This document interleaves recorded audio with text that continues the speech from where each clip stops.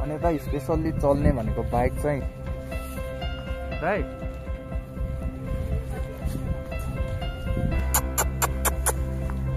एउटा नि हाम्रो नेपाली आर्मी छैन, तर यो चाइनाको बोर्डरमा यतापट्टि यो सबै आर्मीहरू, चाइनाको आर्मीहरू अलिअलि।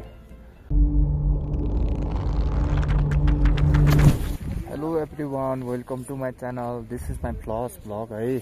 अब हामी चाहिँ अहिले नोमनथाङमा छौँ अनि यहाँको चाहिँ माहौल खतरा दामी छ है। अनि यहाँ चाहिँ यता चाहिँ यो चाहिँ चाइना बोर्डर सबै यताको, यो सबै चाइना बोर्डर हो है। चाइना बोर्डर यो चाहिँ, अनि त्यसपछि यता पस्थ्यो। अनि यो चाहिँ चाइना बोर्डर, हामी चाहिँ यतै नेपाली भयो कि यो चाहिँ चाइना बोर्डर है। यस्तो छ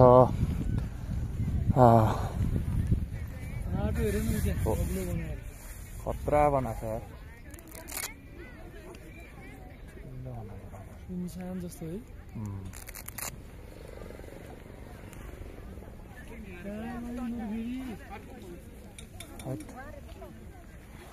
कडा छ त्यो।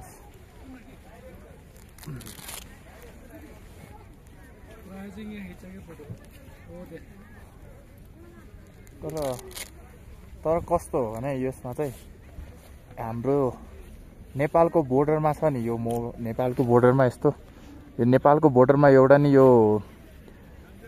हाम्रो नेपाली आर्मी छैन, तर यो चाइनाको बोर्डरमा यतापट्टि यो सबै आर्मीहरू, चाइनाको आर्मीहरू अलिअलि बस्नु भएको छ। खतरा छ यार। अनि हाम्रो नेपालको बोर्डरमा चाहिँ सबै यस्तै टेन्ट बनाएर बस्नु हुँदो रहेछ है। यस्तो छ। अनि टेन्टभित्र चाहिँ के छ भन्दाखेरि खानेकुराहरू, अनि त्यसपछि चक्लेटहरू त्यस्तो छ है। भन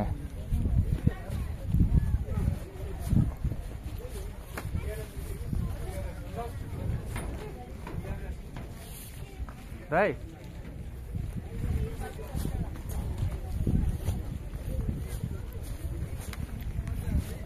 हाम्रो चाइनिज आर्मी होला उहाँहरू चाहिँ, मलाई लाग्छ है। उहाँहरू चाहिँ चाइनिज आर्मी होला। भर्खरै पस्नुभयो त्यहाँभित्र।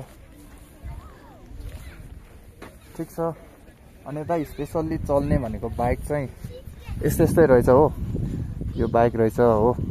अनि यो बाइक चाहिँ यो जुन पनि हजुरहरूले रातो देख्नुभएको छ नि, यो चाहिँ ट्याङ्की रहेछ। मतलब सरी, यो पनि जति पनि देख्नुभएको छ नि, यो चाहिँ स्पिकर रहेछ क्या। के हो यो? स्पिकर रहेछ। अनि यो बाइकको फ्युल ट्याङ्क चाहिँ 15 लिटर रहेछ। माइलेज खतरा दिन्छ भनेछ। तर दामी छ भने, स्पेसल्ली चाइनाको यता बोर्डरतिर चल्ने बाइक भनेको त्यस्तै रहेछ। अनि हामी चाहिँ स्कुटर लिएर आएको, तर स्कुटरमा आउन चाहिँ लास्टै गाह्रो, अफरोड है। अफरोड। तर म हजुरहरूलाई यस्तो प्रिफर गर्छु कि स्कुटरमा सकेसम्म चाहिँ नआइदिनु होला, तर बाइकै लिएर आइदिनु होला। अनि हाम्रो यो पछाडि चाहिँ चाइनिज आर्मी हुनुहुन्छ है। ड्रेस यस्तो लाउनु भयो, चाइनिज आर्मी हुनुहुन्छ उहाँहरू चाहिँ है। अनि तर सकेसम्म चाहिँ हजुरहरू छ नि, बाइक लिएर आउनु होला है सकेसम्म है। र बाइक लिएर आयो भने धेरै सजिलो हुन्छ, धेरै सजिलो।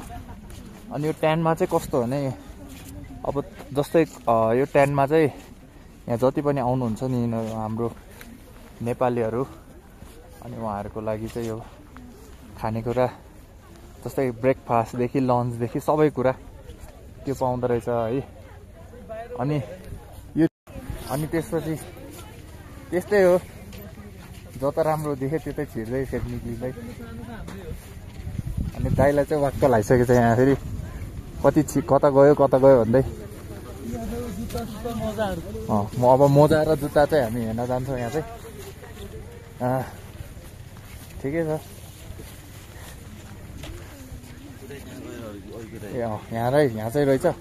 यस्तो छ क्या ठाउँ। यहाँभित्र चाहिँ टक्क पसेर है यस्तो छ। यस्तो छ गमबुटहरू जुत्ताहरू है यो कपडाहरू भयो अनि चक्लेटहरू भयो यस्तो छ यो चाहिँ हाम्रो सबै चाइनाबाट आउने हो अनि यो चाहिँ ड्रिङ्क गर्ने भयो यो चाहिँ यस्तो छ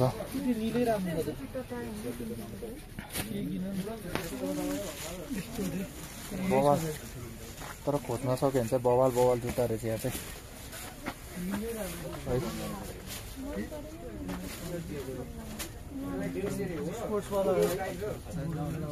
तर म चाहिँ निक्लेको यहाँले गर्मी भयो मलाई चाहिँ कति धेरै मान्छेहरू क्या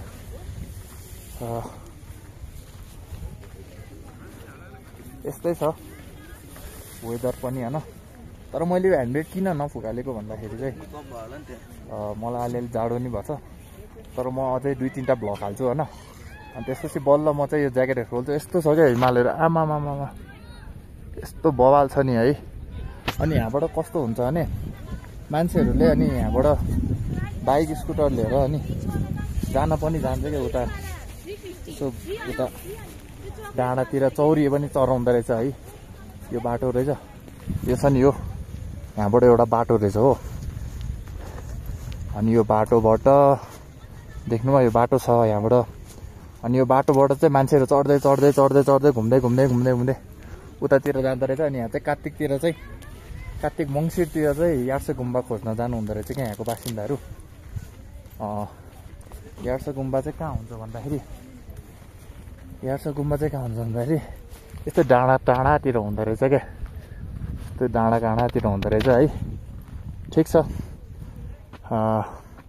रमाइलो छ तर चिसो छ सकेसम्म आउँदाखेरि चाहिँ जे होस् अलिक तातो कपडा लगाएर आउनु होला है तर गाह्रो पो पर्छ त अनि त्यस्तो